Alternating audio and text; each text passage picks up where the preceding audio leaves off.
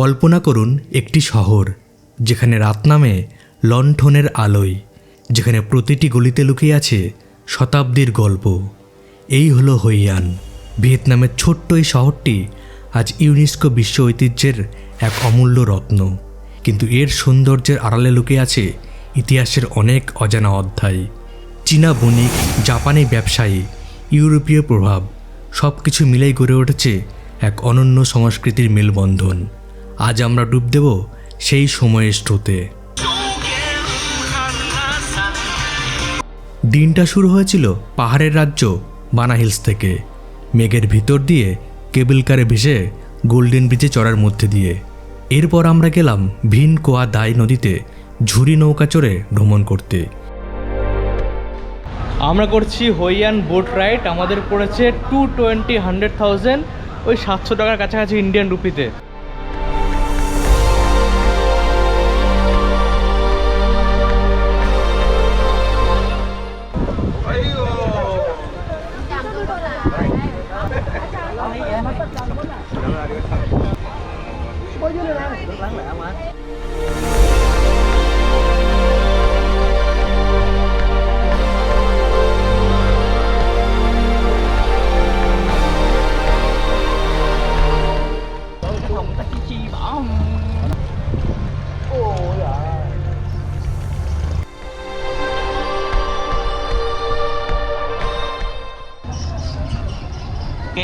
Oke.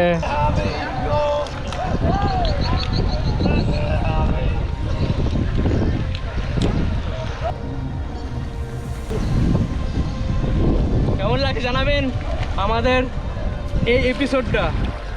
আমরা এখন boat ride করছি, ম্যানুয়াল বোটিং, আর চাচ্ছি এখন আমি।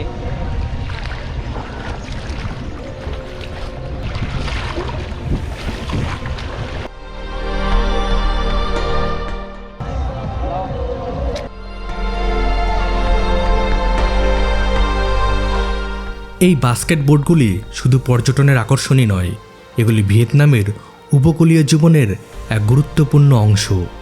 নারকেলের খোসা, বাঁশ আর হাতে বোনা সুতো দিয়ে তৈরি এই নৌকাগুলি একসময় ব্যবহৃত হতো মাছ ধরার কাজে এবং কঠিন সময়ে বেঁচে থাকার উপায় হিসাবে। আজও সেই ঐতিহ্য বয়ে চলেছে এক নতুন রূপে। আর এই অভিজ্ঞতার সবচেয়ে মজার দিক নৌকা চালকদের অসাধারণ দক্ষতা। কখনো তারা মুহূর্তের মধ্যেই নৌকাকে ঘুরিয়ে দেয় ঘূর্ণির মতো, আবার কখনো গানের তালে তালে নাচতে নাচতে তৈরি করে এক আনন্দময় পরিবেশ। এ যেন শুধু একটি রাইড নয়, এক জীবন্ত সংস্কৃতির উৎসব।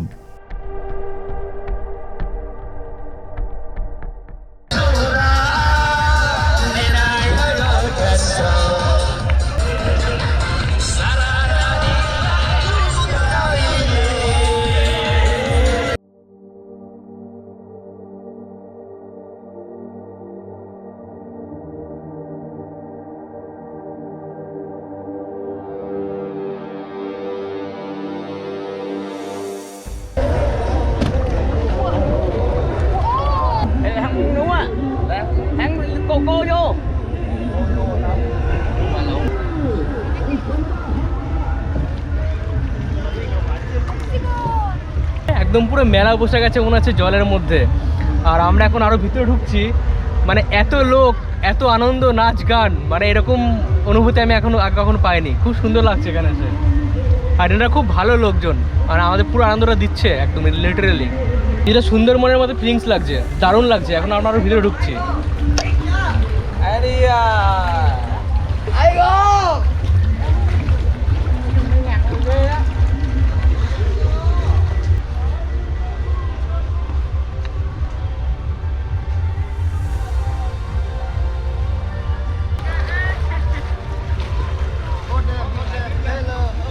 चलो चलो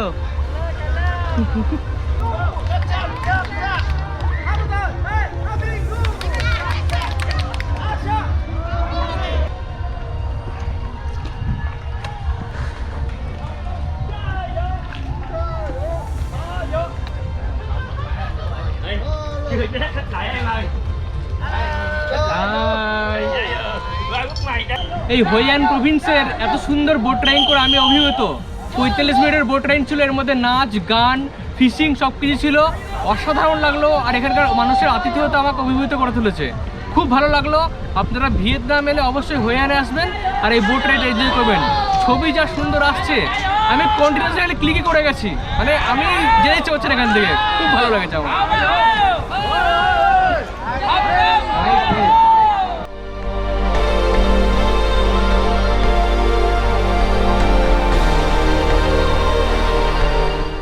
এরপর আমরা রওনা দিলাম হই অ্যানের এক স্বপ্নময় পরিবেশে, হই অ্যান নাইট মার্কেটে। এই বাজারটি অবস্থিত থু বন রিভার তীরে, যার একটি শাখা হোয়াই রিভার নামে পরিচিত।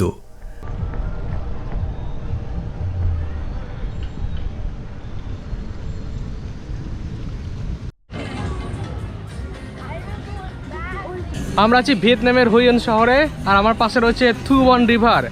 আর এখানে ফ্রেঞ্চ কলোনি গড়ে উঠেছিল অনেকদিন প্রাচীনকালে। ভিয়েতনাম নিয়ে তো আমার সেরকম কোনো এক্সপেকটেশন ছিল না, কিন্তু এখানে এসে আমার এত ভালো লাগছে। আজকে অলরেডি সেকেন্ড ডে, গতকালকে মেকং রিভারে গেছিলাম, খুব ভালো লেগেছে, কুচিটানা খুব ভালো লেগেছে। আজকে হই অ্যান সিটিতে এসেছি, হই অ্যান ওল্ড টাউনের রাস্তা দিয়ে হাঁটছি। প্রথমে ছোট বোট রাইডগুলো করলাম, ছোট বোটগুলোতে রাইড করলাম, আই মিন টু সে, ওরা দারুণ লাগলো। এখন ওল্ড টাউনে হাঁটছি, মানে এখানকার ভাইবটা ইটসেলফ ইজ রিয়েলি নাইস না? ইভেন আমার মা পছন্দ করছে, তো আমার বয়স, মায়ের বয়স, তো আমার মনে হয় সবারই ভালো লাগবে। আমরা এর আগে গেছিলাম বালি, বালি সুদেশনা অতটা ভালো লাগেনি, কারণ ও ভেবেছিল সেটা আন্দামানের হবে র অ্যান্ড রিয়েল, বাট ওটা অনেক কমার্শিয়ালাইজড হয়ে গেছে। প্লাস খুব আমার মনে হলো খুব ওখানে ড্রিঙ্কিং, তারপর স্মোকিং এগুলো খুব বেশি চলছে, চলে। আর তো আমরা তো ওগুলো করি না, আমি বিশেষ করে। আমরা একটুখানি পুরানো জামানার লোক আছি। তো এখানে এসে ভিয়েতনামে আমাদের অতটা এক্সপেকটেশন ছিল না, বাট এখানে যা পেয়েছি সত্যি অসাধারণ লাগছে। এটা আমাদের দ্বিতীয় দিন, but already I am so happy. I am falling in love. We have fallen in love with the city.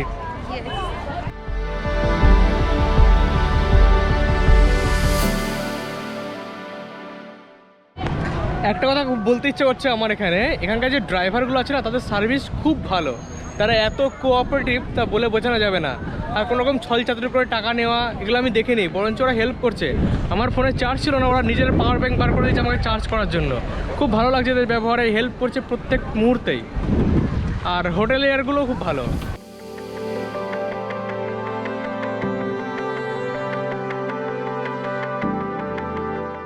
ইতিহাসের পাতায় ফিরে গেলে ষষ্ঠদশ এবং সপ্তদশ শতাব্দীতে এই থু বন রিভারের তীরেই গড়ে উঠেছিল এক ব্যস্ত বন্দর নগরী। চীন, জাপান, এমনকি ইউরোপ থেকেও বণিকরা এখানে আসতো। জাপানি ব্যবসায়ীরা তৈরি করেছিল তাদের নিজস্ব বসতি, চীনা সম্প্রদায় গড়ে তুলেছিল নানান মন্দির। এই সময়টাই ছিল হই অ্যানের স্বর্ণযুগ, দক্ষিণ পূর্ব এশিয়ার বাণিজ্যের এক গুরুত্বপূর্ণ কেন্দ্র। পরবর্তীতে ফরাসি উপনিবেশের প্রভাব এলেও শহরটি তার নিজস্ব ঐতিহ্য ধরে রেখেছে। আর সবচেয়ে আশ্চর্যের বিষয়, যুদ্ধের সময়েও এই শহর অনেকটাই অক্ষত থেকে যায়, ফলে আজও এর পুরনো রাস্তা, হলুদ দেওয়াল আর কাঠের ঘরগুলো ইতিহাসের সাক্ষী হয়ে দাঁড়িয়ে রয়েছে। এইটা হচ্ছে হই অ্যানের সেই ফেমাস জাপানিজ ব্রিজ। এই ব্রিজটা তো ভেঙে চলে গেছে, আমার মনে হচ্ছে কি মেইনটেনেন্স অ্যাক্টিভিটি চলছে, বোধ হয় খুবই খারাপ কন্ডিশনে দেখা যাচ্ছে।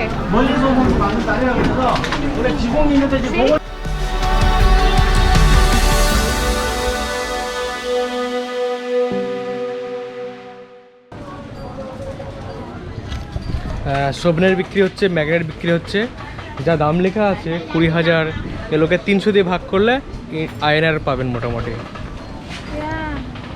এটা 100 ডিভাইডেড বাই 3 কত হবে? এই 33 টাকা মতো পড়বে। আমি কি এখান থেকে নিয়ে নেবো? 33। ওই ম্যাগনেটগুলো দেখতে পারে, ম্যাগনেটগুলো সুন্দর লাগছে। হ্যাঁ, এই ম্যাগনেটগুলো দেখতে সুন্দর লাগে। এর দাম বেশি। এটাও তো ম্যাগনেট, এটাও ম্যাগনেট, এই যেরকম কিন্তু ওটা বেশি ভালো লাগে, এটা অর্ডিনারি লাগছে, ওটা একটু ভালো। দিস ইজ চিপ না? চিপ হলেই নিতে হবে না, যেটা ভালো ছিল না 30।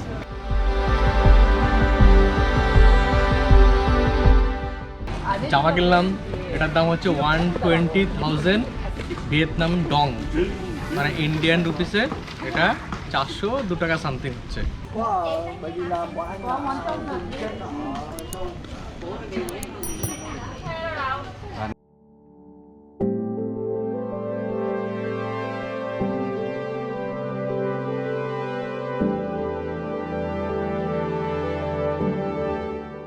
Your name?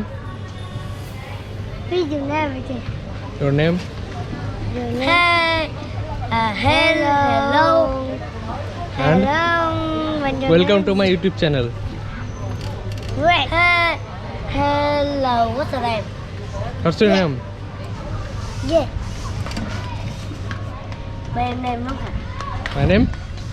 Namkhan. Namkhan.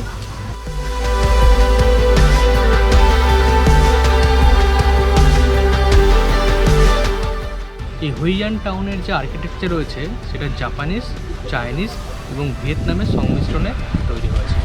বেশ সুন্দর লাগলো, প্রচুর বিদেশি পর্যটক এসেছে এখানে, আর সত্যি খুব সুন্দর। আমরাও তো বিদেশি পর্যটক এখানে। Yeah, আমরা আমরাও ইন্ডিয়ান, তো এখানে প্রচুর ইন্ডিয়ানও এসেছে দেখলাম। ইন্ডিয়ান এসেছে, কোরিয়ান এসেছে, হল্যান্ড থেকে প্রচুর ইন্ডিয়ান লোকজন এসেছে, পার্টিকুলারলি বাঙালিও দেখলাম। চাইনিজ এসেছে, ভালোই লাগলো বেশ। এরা এই দুটো আমার বন্ধু এই দুটো।